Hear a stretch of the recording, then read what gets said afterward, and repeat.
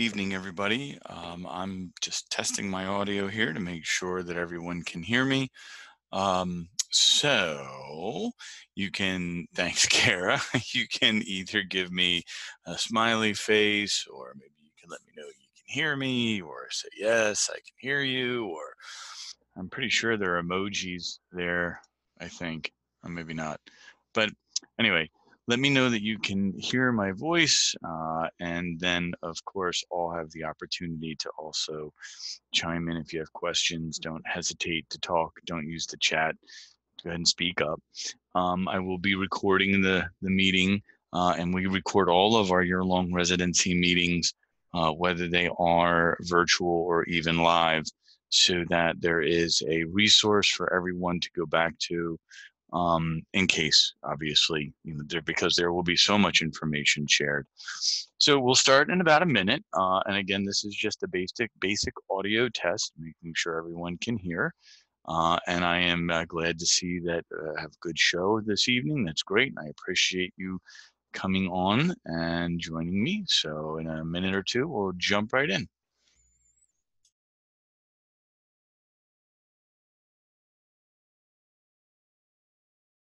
Hey, Mr. Wells, it's Yes. Kara. Hi, Kara. I just had a few questions before we got started about the email we got earlier. Sure. So for I know I have EDU 404 and 405 and 392, of course, to take. So since I'm not taking 402 and 403 because I already took them, I'm assuming it's the other methods courses. Do I have to so we're still doing the units in the year-long teaching though, right?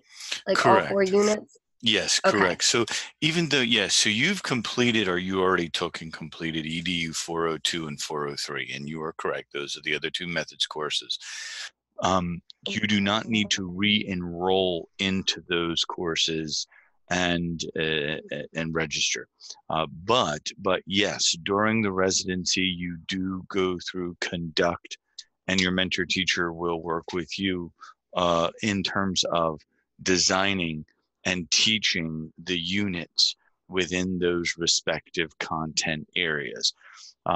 So, regardless if you've taken the courses or not, you still engage in those particular events and activities, because obviously it strengthens your understanding and knowledge, your depth of knowledge within the content areas. Okay. For the registering, I looked up to try and register to get ahead of the game. Mm-hmm. And it's like face-to-face or online. Which one do we choose? Because we're not actually going to the course, correct? Correct. You are not. You do not.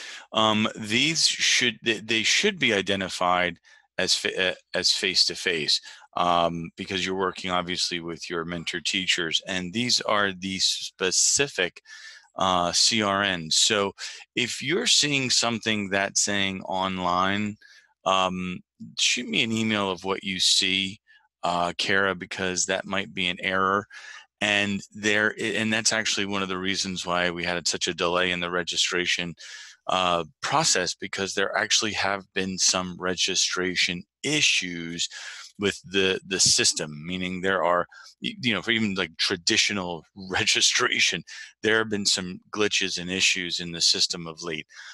So if you find that you're seeing multiple that you have been admitted into or can register for, that really shouldn't be the case. And I'd like for you to take a screenshot so then I can go back to the registrar and let them know the error that's occurring. Yeah. Okay, because I'm in about that. Sorry. No, you're fine. Go ahead.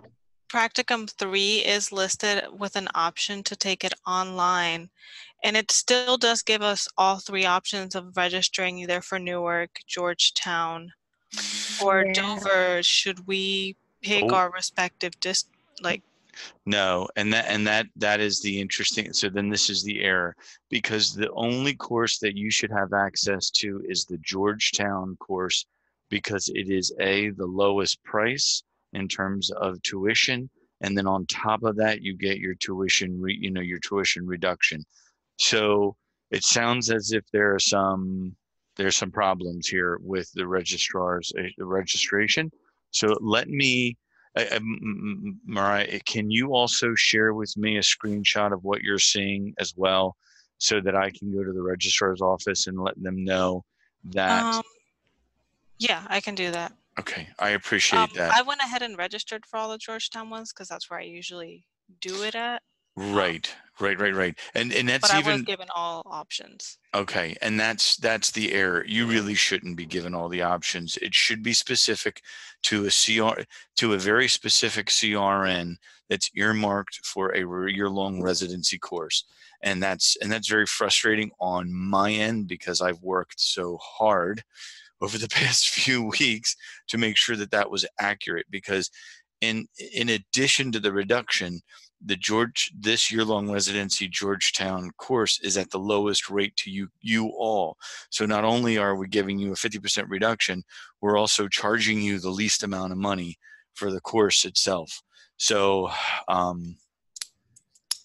okay. We I weren't ever like given the CRNs. Yeah, I was gonna That's say why I was that. confused, because if we no, were just going to give the CRNs, then we could just put in the CRN, and that would reduce all the confusion. But I no, was never given a CRN, just the No, we were courses. given class name, like the course names, like the EDU 402, but we were never given specific Yes. CRN, so I didn't yeah, look it up by CRN. you received an email from a Michelle Benjamin, correct? Yes. Yes. Yes. Yeah. And that individual should have opened up the only section for year-long residency. So Mariah, as you were saying, you see all sections available.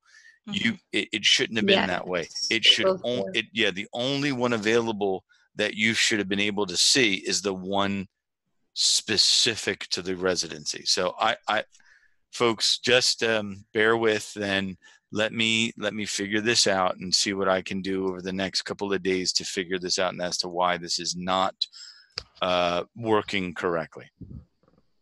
I appreciate your patience. Okay. Oh, Kara, say it again.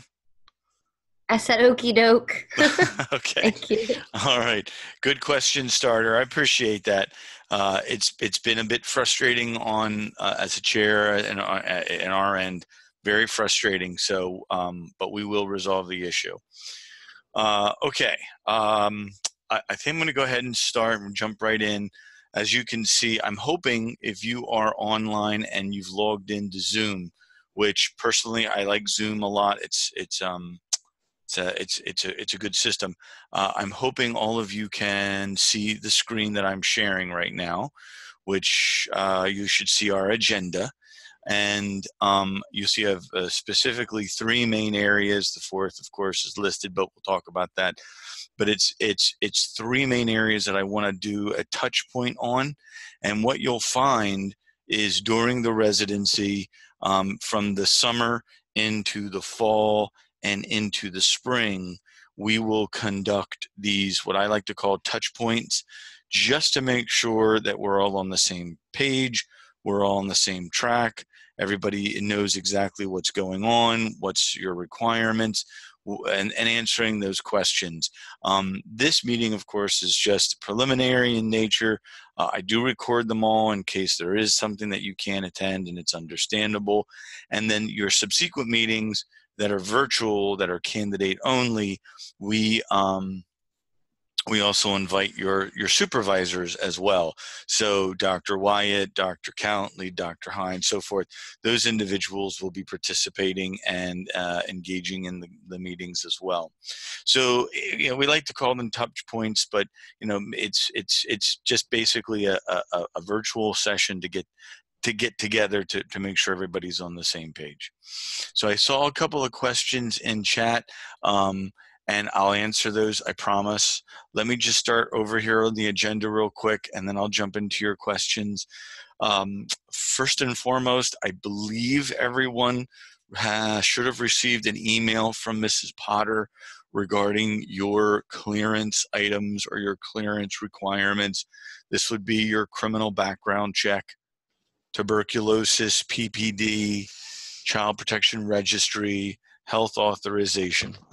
So if you have not receive that email, shoot me one, and I will go ahead and make sure that she connects with you. It's the process that we have in place, as you can imagine, to ensure that all districts know that you meet those clearance requirements for entry into the building, into the facility. Is that for practicum 3? No, this is technically for student teaching come January, but it is necessary to start the process of collecting and getting your information ready. We, in the traditional venue for student teaching, all candidates across the board, no matter what program they are in, have to renew their criminal background check and the TB as well as the Child Protection Registry. In addition, there is a health authorization form that your family doctor or to whom you go will complete either a physical or at least sign off on your ability to engage in this experience. And so, Mariah, we do this early, obviously, because you are here in the building for a longer period of time. Yeah. So it is just something, it's good to get it done. It's good to get off our plate, your plate. You don't want to be messing around with this.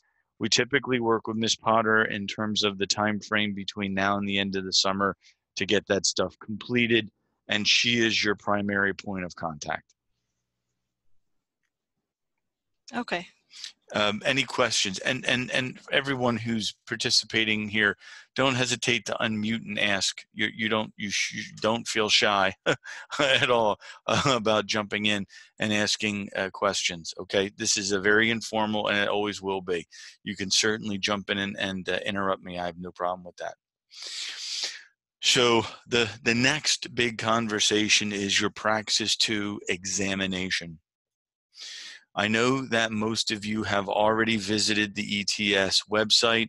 I know that most of you already know exactly what you must do for the Praxis 2 in your content knowledge test, or what they call a CKT.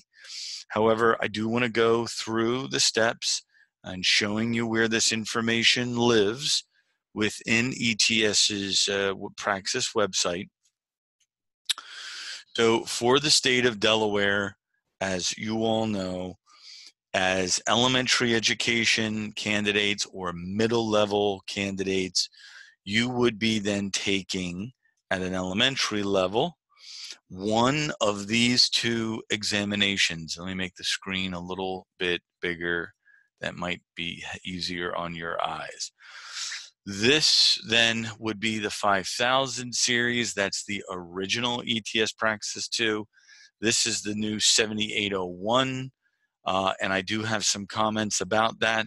But before I jump into the comments between these two examinations, let me do one thing by scrolling to our middle level. We do have obviously the middle level candidates, so you do want to, right, take your respective content knowledge test, the appropriate one. Now,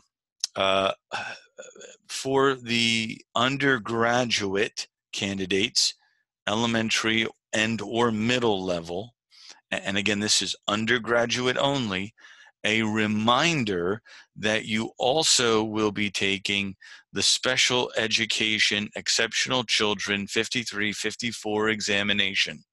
Now again, undergraduate for the time being. I'll get to graduate students in a moment. You undergraduate candidates have the required coursework embedded into your program. The state of Delaware requires 5 key courses which you must take, which you have done per your program. If you take the special education examination, you then, at the end of your program, upon graduation and degree conferral, you will be able to apply for dual licensure, 2 licenses, right? Your initial license, which would be one of these, your elementary or your middle school, and then your second license would be special education. Now, I know that I have master's degree elementary education students essentially, at my master's degree, folks, you would take this examination, and that is fine for the special ed, but you must also have those 5 core courses. If by chance you have not done that as of yet, and you're interested to learn more, because at the master's degree level, it's not embedded in the program, I just need you to send me an email, and we can conduct a conversation separately about a way to do that and how that might work for you. Okay, so let me take a pause. And what questions do you have about your Praxis 2 examination? When is the special education Praxis 2 due? Because I was talking with teacher candidate that's with Mrs. Fitzpatrick right now, Sarah Myers, and she said that she kind of just did it before, before the end of the year. Yep. But Yep. Yes. Yeah, Kara, it's a great question. So your content-specific test, in your case, Kara, elementary education, is the one that's the most important, right? Obviously, you know that. So your CKT needs to be done prior to the start of our residency experience. Your special education examination, yes, you could do that sometime in December. You could do it in February. Heck, you could do it in April and March of next year. That's fine, not a problem. That will not deter you from moving forward. Okay. And it doesn't matter when we took the 5,000 elementary education Praxis 2? No, if you've taken 5001 and you've passed these sections, then all is well and done. Okay. Just making sure. Okay. Now, then that goes to those of you who have not taken the examination, and you are either in the midst of, I've taken ELA and I've taken mathematics 5002 and 3, but I haven't passed science and social studies 5004, 04 and 05. You can take the science and the social studies in the 7800 series as a mix and match. It is our understanding that the 7801 series, not an easier exam, but the 7801 series is a much more connected examination to the processes of teaching, the act of instruction within the content. So what we've heard from candidates who have taken the exam, that they've had much more success with the 7801. Now, this is relatively new per ETS and accepted by the state of Delaware. Okay, so, okay, some questions about examination. So I'd see chat, so I'll jump into the chat. Lynette, you said it took the 5,000. No, Lynette, you don't have to take the 7801 if you have passed all the sections of the 5001 series. Danielle, great question. Yes, you may take the high school level Praxis. It is reciprocal in nature and or backtrack, and you may then, with the high school Praxis, teach at the middle level. The other way around is not the case. If you take the middle level, you cannot teach at the high school level. Diana, great question. No, you would not get confirmation that Wilmington University received your scores. Upon your registration at ETS, you would have identified Wilmington U as a recipient.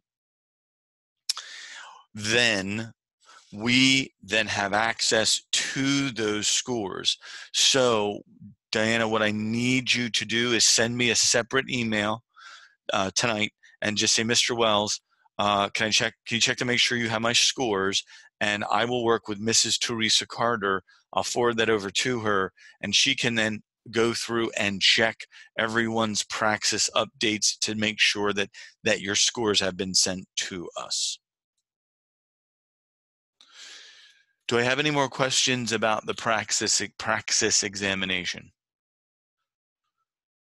So just that word of note, if you will, of getting it done.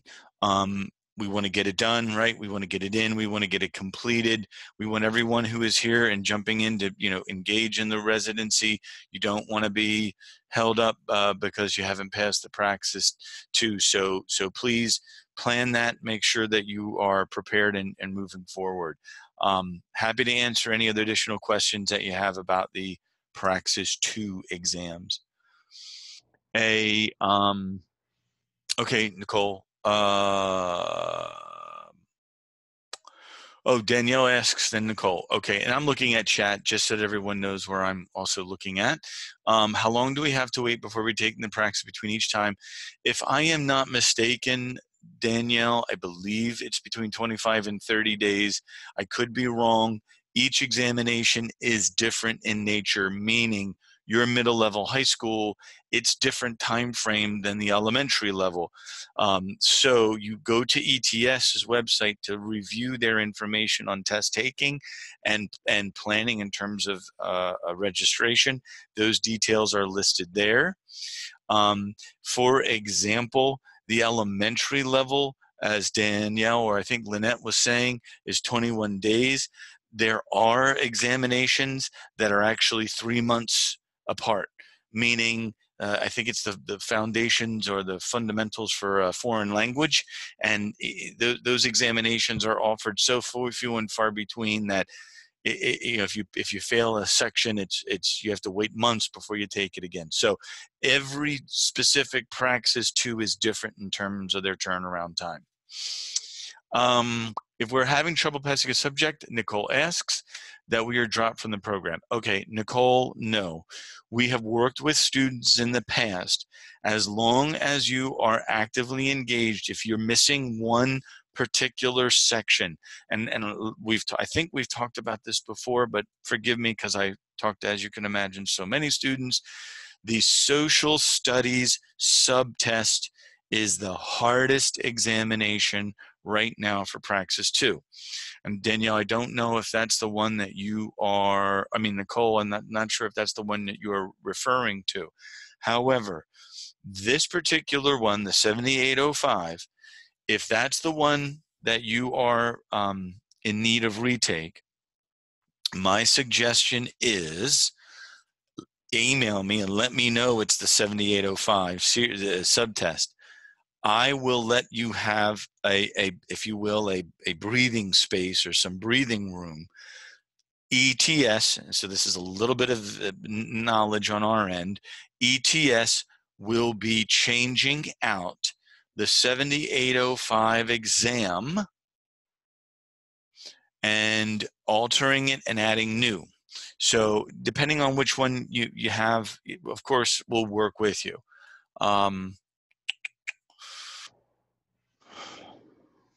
Math, okay. My suggestion, Lynette, did you take the 5000 series, Lynette? Or did you take the 7800? Okay, my suggestion, Lynette, go do the 7803 for math. We've had much more success with candidates doing the 7803, and you may switch, you may flip-flop, meaning you can do the 7803 for mathematics in lieu of the 5003, if that makes sense. And does that make sense to everybody?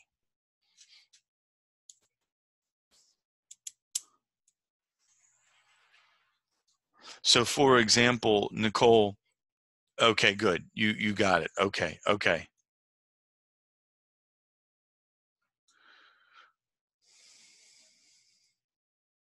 So Lynette, again, I would suggest the 7800 series then. And Nicole, same thing. Yes, 7800 series. Okay, very good, very good. Okay, I'm going to keep rolling along, and you guys are doing well with the questions. Just jump in. This is more for your information. You will be seeing email notifications, and they go out to everybody. They're mass emails.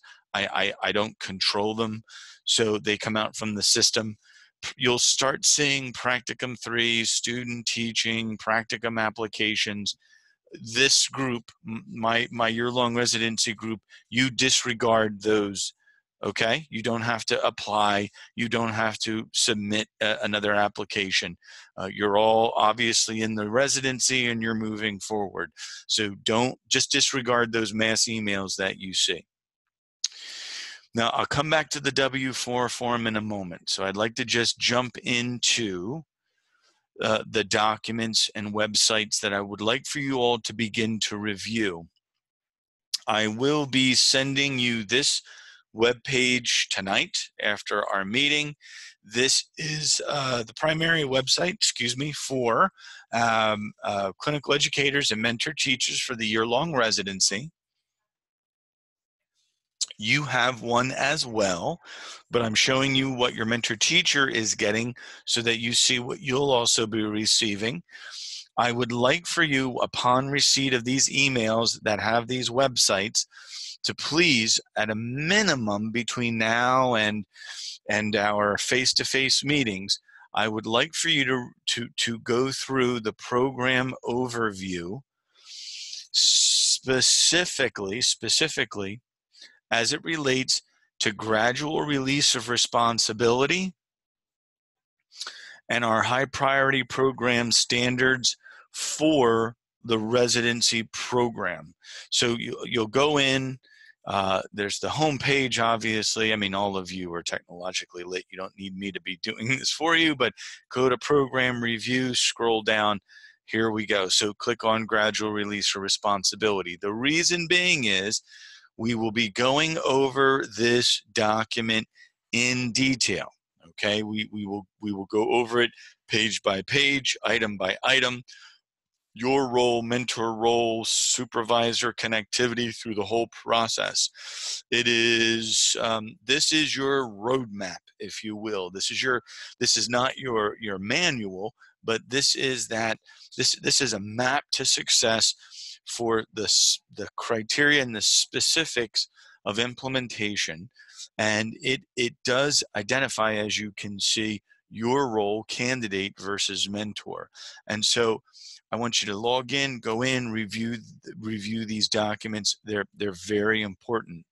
There is the vision of teaching with the year-long residency, of course, the gradual release, along with all that other information that I have shared in there. It's important for you because once you hit September, you are going to be just absolutely overwhelmed with so much information. There will be additional professional development trainings that you'll be allowed to go to. And over the summer, obviously, we have these virtual versus face-to-face meetings that we're going to be participating in which we dive deep into a host of materials. And so this website does actually contain a good bulk of that information. For example, the evaluation of you, the candidate, whether it's elementary or middle level or secondary, but it is what we use to evaluate you. Some of this you have seen via practicum 1 and 2 in terms of your lesson observation and evaluation. The other is more facilitation of what we call competencies. The other part is the professional development side that all of you will be engaging in preparation and during your residency. A good example is the co-teaching components. So these materials we will be referencing and using during our virtual meetings and face-to-face meetings, also with your mentor teachers. And then as we progress through into the fall timeframe, September, October, November, December, we will meet together as large teams. You'll take the day off. You won't go to the school. You'll come and we'll have lunch together and we'll begin conversing about some of these areas as a team. And so now is the time to get used to, if you will, or acclimate yourself to the website and the materials that are present. So I'll, again, be the good teacher there. Does anybody have any questions so far about the website or those materials? It's kind of self-explanatory, but it's more so now that high level. Please jump in, take a look at it. You know, we've got a little bit of time here before we start really digging in. Okay, and then really our last bucket, if you will, or item is those action items in your schedules and our meetings. So first and foremost, I'm almost 100% sure here everyone has connected to their supervisor. If you haven't, let me know, but I'm pretty sure you have. Mentor teacher, same thing. I believe everyone has at least made, you know, communication links with your mentor teachers. If not, please let me know. We certainly want to make sure that that is done and you are beginning and conversing. It is most likely that your district's calendar has already been posted for next academic year. So the way to converse about this so that you can start putting it down on your calendars now, because I know that you're all organized people. So you're going to want to write these dates down now. What is your true start date via the district? And of course, as you know, it's not when the kiddos come, but it's when the teachers, your mentor teachers, are arriving and are required to be there. Now, I believe Lynette had a question which was aligned to this conversation. Yes, Lynette had asked, I see that Capital School District has new teacher training the week of August 12th. Can we or should we attend? Yes. Yes, Lynette.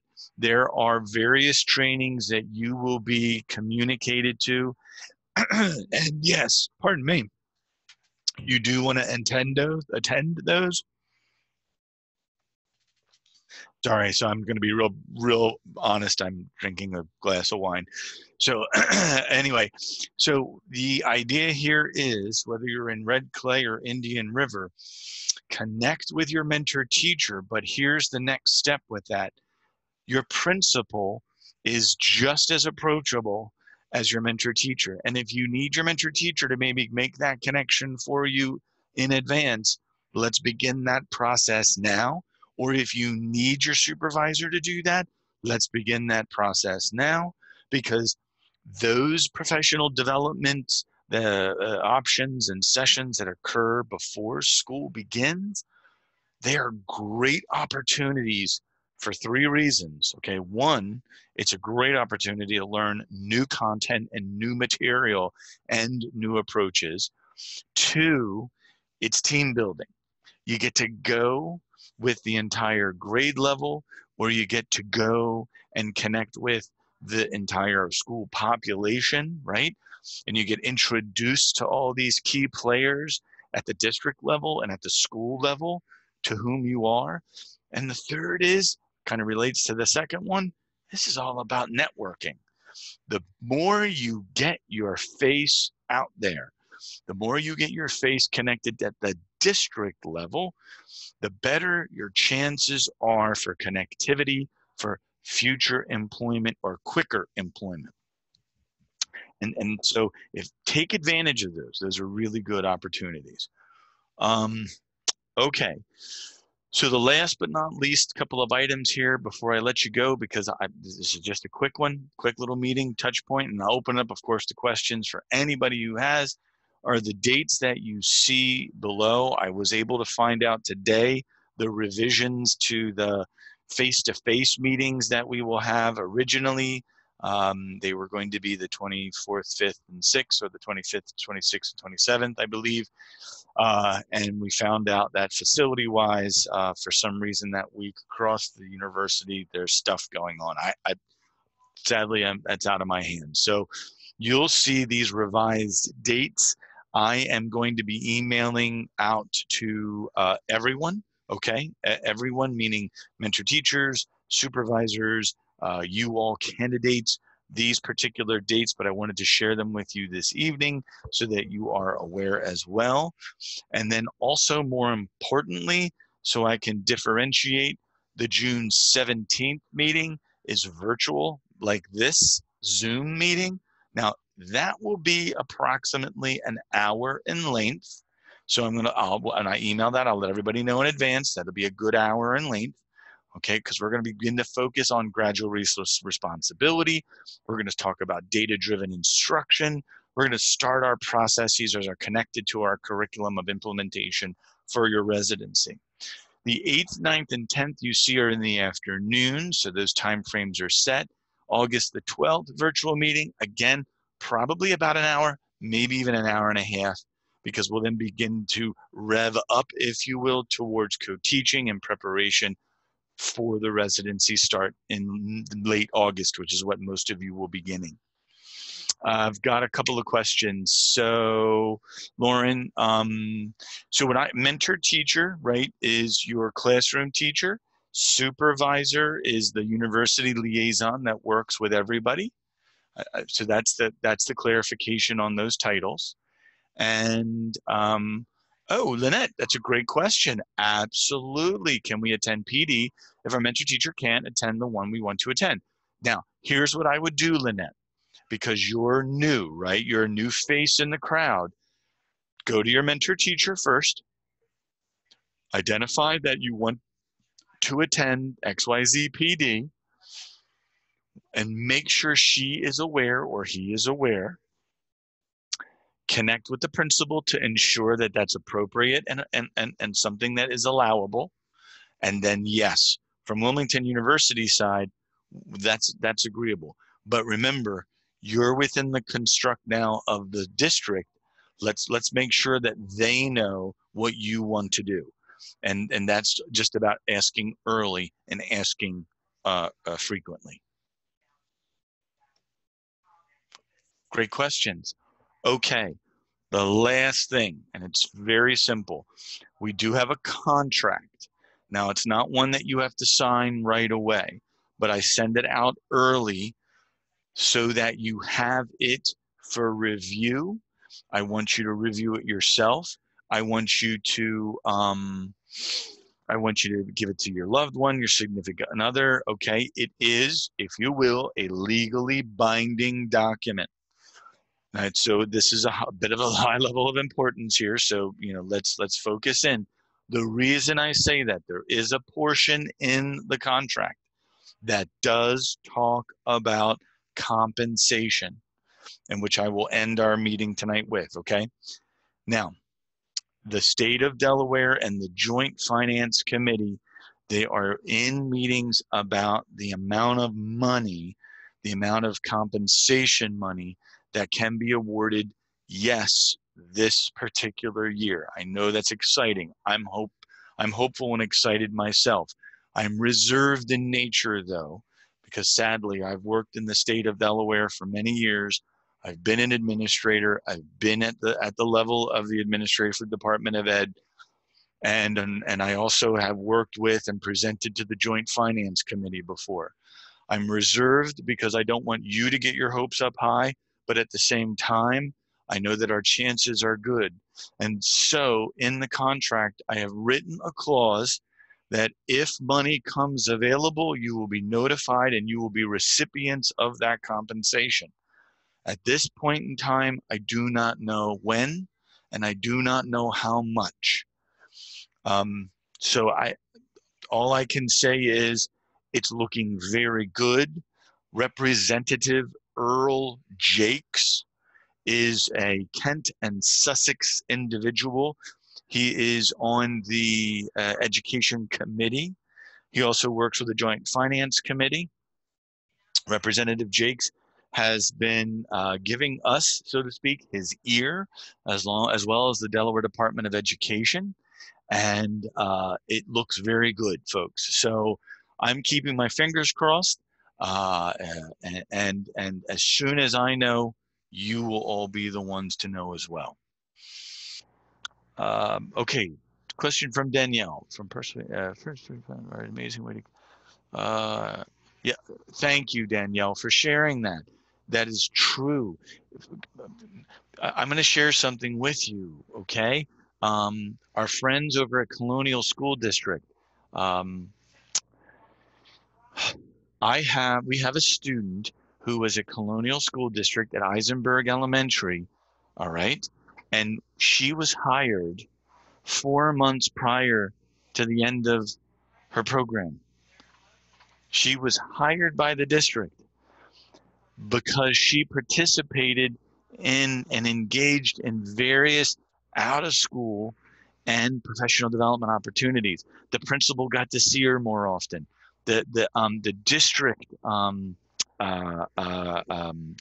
got to see her up in Colonial. That's Betsy Fleetwood. Which reminds me, each and every one of you at some point in time, and I will send you your point of contact. I'm going to send you the point of contact for the HR director and the recruitment officer at the district level. Okay? And these individuals I work closely with, and you can, and I will tell you what to say. I'll send you a little bit of a little email, like a kind of template. And it just basically introduce yourself. Hi, my name is Tyler Wells. I'm a year-long residency candidate at X, Y, and Z. Very excited for this opportunity. Reason being, you connect with them early. They get to know your name. And it's a great way to put your foot forward in the district. So, yes, Leslie, absolutely. Don't apologize, Leslie. It's okay.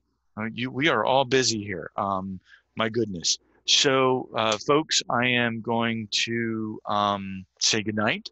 I will stay on for anyone who has any questions. Happy to answer. It is a pleasure to do so. And I am very excited for the start of the session, the experience with you all, and can't wait to see you face to face come these dates in July.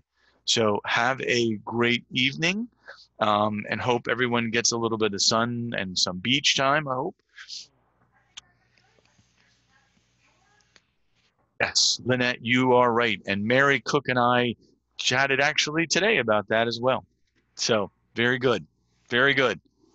Excellent, everyone. Have a wonderful evening.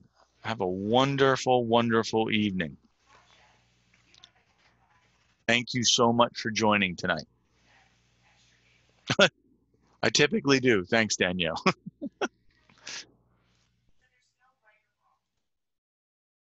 Have a great night, Amy. Lynette, good night. Good night, Lauren.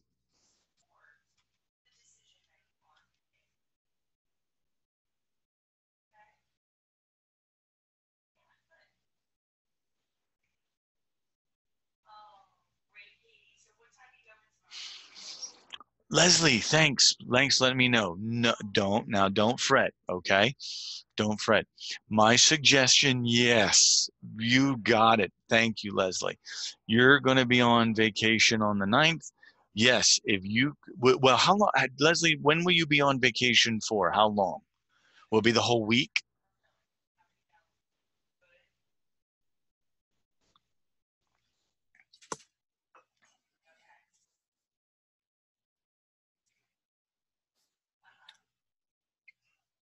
Gotcha. Okay. So not a problem. And God bless you. Good for you. And enjoy those 2 weeks, right? Especially with your family and the children. My suggestion, Leslie, is allow the meeting to occur. And then what we'll do is, of course, is how about I get your mentor and the supervisor with the content information and create a sub meeting so that you stay on track. Okay, I'll let everybody know, Leslie. Don't worry, and don't feel bad about that. It's not a horrific thing. Oh, yeah, Mariah, good questions. Good question. You are a person. You are a human being. You are a mom first, right? Your children will get sick. My children get sick. You do what you think. You do we're going to do what we would do normally as if an employed, we would, right? You're going to have your mentor teacher's cell phone and you're going to have your supervisor's cell phone, that Monday morning or that Tuesday or that Thursday or whatever it is. You let you red flags, raise the alarm, send out the text, send out the email. Your son, daughter is ill. You're not going to be there tomorrow. It's going to happen. And, you know, Maria, these mentor teachers are people too. They're humans too. They have children as well. They're going to get sick and not be there a day. So it's going to happen. We do not penalize you for that.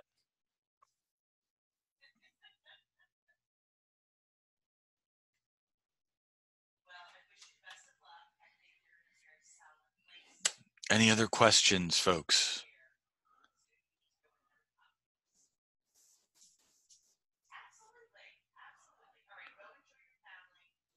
Okay. I don't, you're welcome. All right.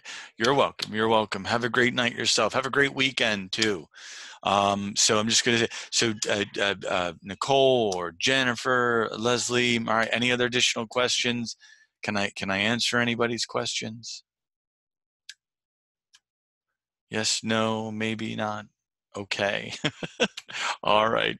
All right. Thanks, Jennifer. Have a great night yourself. Enjoy the weekend, everyone. Have a good night. All right. Bye-bye.